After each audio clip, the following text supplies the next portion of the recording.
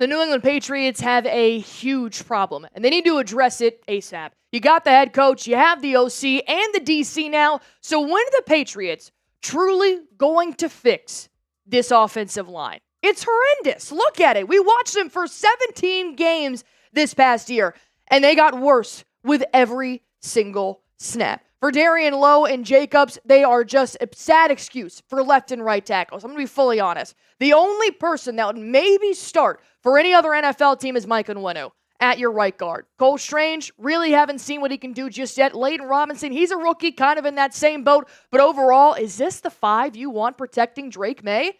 The answer is no. So let me ask you this question here. Do you want to fix the offensive line? Type Y for yes, type in for no. I have no idea why anybody would say no. I should see 200 plus Ys in this comment section because I have seen your comments down below on the videos saying, Allie, we've got to draft somebody. We've got to sign somebody. We have to trade for somebody. Well, let's break down all three of those facets. Number one, if the Patriots decide to draft their next offensive lineman, well, you got to decide whether or not you want to go interior or exterior. And really, I don't think draft is going to solve all five of your problems, which is literally from left tackle to right tackle. And even a former Patriots offensive line coach in the Hall of Fame, he actually agrees with me. Dante Scarnecchia. You know him, you love him, and here's why you love him. I've heard the saying that if I'm taking a guy with the fourth pick in the draft, I'm taking a guy who can sack the quarterback or score touchdowns. I think I would take a guy that can do those things over an offensive lineman now. I'm not just saying that I don't take one, but there's a lot of good football players out there. And with the fourth overall pick, if you're not going to trade down or trade it away, I don't think you should waste it on an offensive lineman. Why? Because you have Abdul Carter, Teteroa McMillan, Travis Hunter. You even have Will Johnson if you want to add more to your defense to the secondary with Christian Gonzalez, or even bolster your 3-4 front with Mason Graham. There is not enough offensive line talent in this draft, in my opinion. And that's why I think that getting somebody late, maybe middle of the first round, a Will Campbell, a Kelvin Banks Jr., I just don't see it really pushing the needle for us. And I do feel like those are the only two guys you could possibly take with your first pick in the 2025 draft. I just don't see how that makes sense.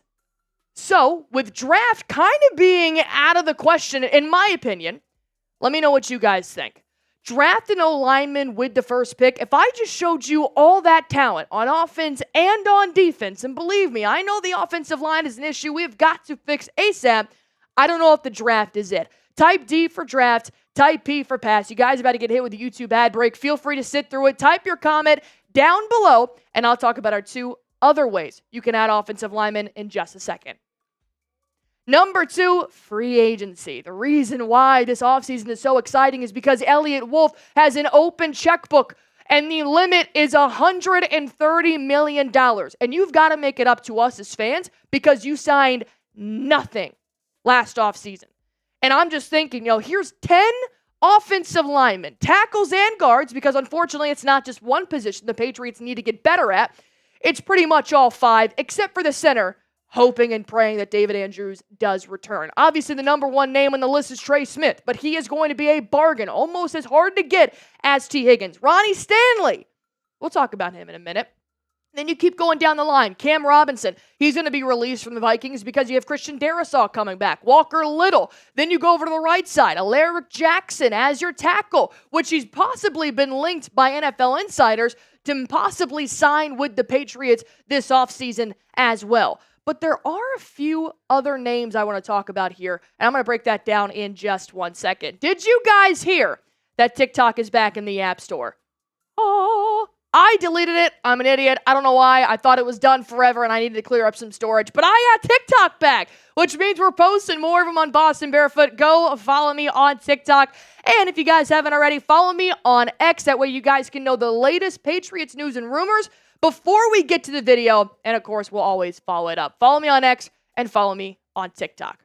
Remember how I said Ronnie Stanley? Let's talk a little bit more about him. Is this possibly the next Patriots tackle? When you look at those PFF grades, it blows everything out of the water the Patriots produced this last year. He is one of the best and highest graded offensive tackles coming out of the 2024 NFL season. And when you are protecting Lamar Jackson, who doesn't get more mobile than Lamar Jackson, you are creating gaps and lanes for Derrick Henry. I have a feeling he would do pretty well with our offensive scheme, I should say. Ronnie Stanley, the only thing you should notice here is that he does come with a little bit of injury history. In my opinion, when he suffered that fractured ankle in 2020, he hasn't played the same since he had that injury. But I'll give him a little bit of grace here because he will turn 31 years old in March. So do we want to sign this guy for possibly a year, 2 years, if he is really kind of pushing that mark? Keep in mind, the Patriots only have 3 players over the age of 30 right now.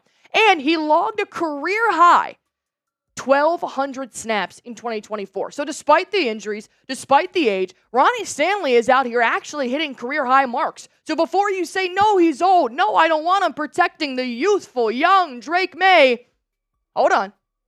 He was protecting the finalist for the MVP. That is why I think Ronnie Stanley would be a no-brainer for Elliott Wolf to call up the front office and say, hey, would you possibly want to come play for the Patriots? And if it's not going to be a tackle, then why not look for a guy like a guard with Mekhi Becton? Because the Patriots can also sign numerous free agents here. That's the beauty of it, is that you can have as many free agents as you could possibly afford. And I do think that because Layden Robinson and Caden Wallace didn't really fulfill our needs this year at left guard, is where you have a guy like Mekhi Becton coming in. He has a projected contract of 3 years at $9 million average per year, $17 million guaranteed. Overall, $27 million in 3 years. If that means he's going to provide for Drake Maye, I'm all in for it. The Eagles actually switched him more recently from the tackle to the guard position. But we've had that before with the Patriots, that if he can work if he can be versatile, there we go, between guard and tackle, I think it makes it a better option for us. I think that's a better bargain for your money.